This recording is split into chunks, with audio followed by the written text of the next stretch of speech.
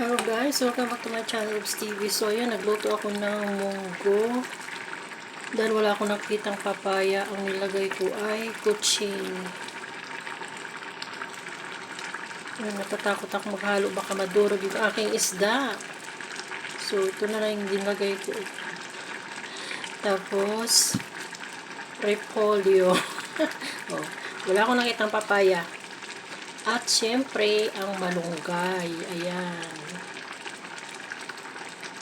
So, nagprito ako ng 2 hiwang isda. Dahil mag-isa lang ako. So, yummy! Yan ay papakin ko lang siya. No rice. Titikman natin kung okay na ba siya.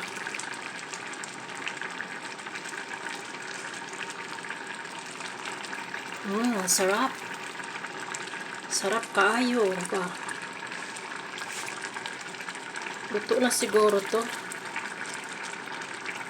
Ayan, luto na siya. Maganda yung half cook lang.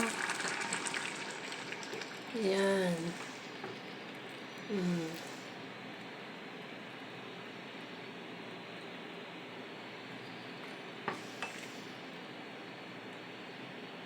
Kain tayo.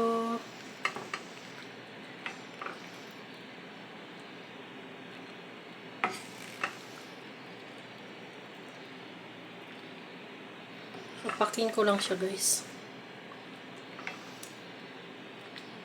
Kasi ayaw ko na ampalaya kasi ilagay. So, papayang hinahanap ko doon sa gulayan, wala akong makita. Nakaraan meron. Ayan, kain tayo ng with kape pa yan. Oh. Kape is real talaga. So, yan, meron pa ako mamayang hapon. No rice muna tayo.